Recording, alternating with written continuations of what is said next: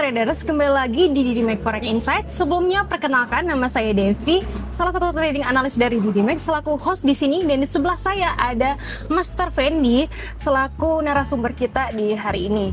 Oke, gimana kabarnya Coach? Alhamdulillah baik. Gimana Kak Devi? Alhamdulillah Baik. Gimana nih, hari ini udah profit belum nih Coach? Kalau untuk profit kebetulan masih running ya, belum di TP, belum TP luar gitu. biasa Gimana banget. nih? Wah, mantap nih ya.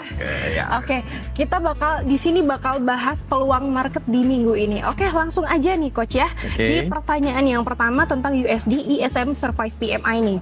Mengapa data ISM Service PMI masih penting untuk diperhatikan di minggu ini nih Coach? Oke, ISM Service PMI menjadi indikator utama kesehatan sektor Amerika Serikat yang menyumbang sebagian besar aktivitas ekonomi. Pasar memperkirakan angka turun tipis dari angka 54,5 menjadi 54,2 yang masih menunjukkan ekspansi. Namun, dengan laju sedikit melambat, jika hasil aktual jauh di bawah perkiraan, USD berpotensi melemah karena pasar mulai melihat peluang penurunan suku bunga The Fed semakin besar. Sebaliknya nih, jika data lebih tinggi dari ekspektasi, USD berpeluang menguat karena ekonomi Amerika Serikat dinilai tetap solid. Trader juga sebaiknya memperhatikan komponen ketenagakerjaan dan inflasi dalam laporan ini karena dapat memberikan petunjuk arah kebijakan The Fed ke depannya. Seperti itu. Oke, next question. Kita bahas tentang New Zealand Dollar. Official Cash Rate atau OCR.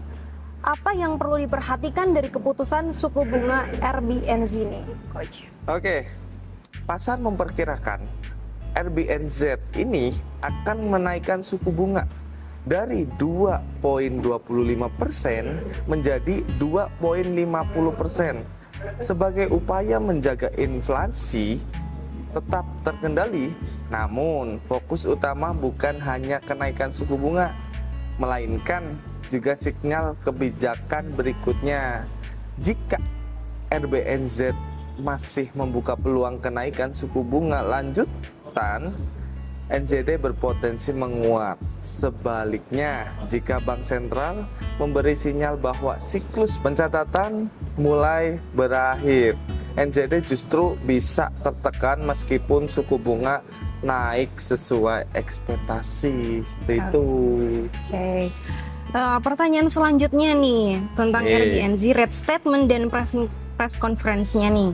Mengapa pernyataan dan konferensi pers RBNZ sering lebih berpengaruh dibandingin keputusan suku bunga nih Coach? Oke, keputusan suku bunga umumnya sudah perkiraan pasar, sehingga arah pergerakan NZD ini sering ditentukan oleh isi pernyataan dan konferensi pers RBNZ. Jika Bank Sentral masih optimis terhadap ekonomi dan menegaskan inflasi masih menjadi perhatian utama, NZD berpotensi menguat. Namun, apabila RBNZ mulai mengkhawatirkan pelambatan ekonomi dan memberikan sinyal kebijakan yang lebih dovish, tekanan jual pada NZD dapat meningkat. Gitu. Oke, lanjut lagi, balik lagi ke USD nih tentang FOMC meeting minutes nih. Apa yang dicari para pelaku pasar dari FOMC meeting minutes nih? Oke, FOMC meeting minutes memberikan gambaran mengenai pandangan para pejabat The Fed terhadap inflasi, kondisi ekonomi dan arah suku bunga ke depan. Jika isi risalah menunjukkan mayoritas anggota masih mendukung kebijakan moneter yang ketat, USD berpotensi menguat dan harga emas bisa tertekan. Sebaliknya, jika pembahasan mengarah pada peluang pemangkasan suku bunga dalam waktu dekat, USD berpotensi melemah sementara aset seperti gold cenderung mendapat sentimen positif. Gitu. Oke, lanjut Oke. lagi nih. Kita bahas tentang Canadian dollar, employment change. Mengapa data employment change Kanada diprediksi melambat cukup tajam nih, Coach? Oke, pasar memperkiraan penambahan tenaga kerja Kanada turun dari 87,8 ribu menjadi 10 ribu, yang menunjukkan pertumbuhan lapangan kerja mulai kembali normal setelah kenaikan yang sangat kuat pada bulan sebelumnya. Jika hasil aktual lebih rendah dari perkiraan atau bahkan negatif, CAD berpotensi melemah karena pasar melihat pelambatan ekonomi. Sebaliknya, jika penambahan tenaga kerja kembali melampaui ekspektasi, CAD berpeluang menguat dan mencerminkan kondisi pasar tenaga kerja yang masih solid. Oke, lanjut lagi. Ini pertanyaan terakhir nih, Coach. Masih Terakhir ya, oke. Canadian dollar ya. Mengapa data singkat pengangguran Kanada tetap penting meski diperkirakan tidak berubah nih, Coach? Oke, tingkat pengangguran diperkirakan tetap berada di 6,6%.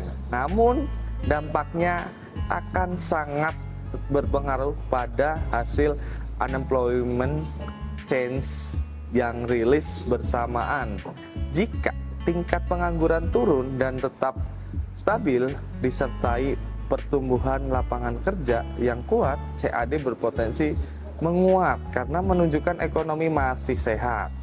Sebaliknya, jika tingkat pengangguran meningkat dan penciptaan lapangan kerja melemah, CAD beresiko tertekan karena pasar mulai memperkiraan peluang kebijakan moneter yang lebih longgar dari Bank of Canada.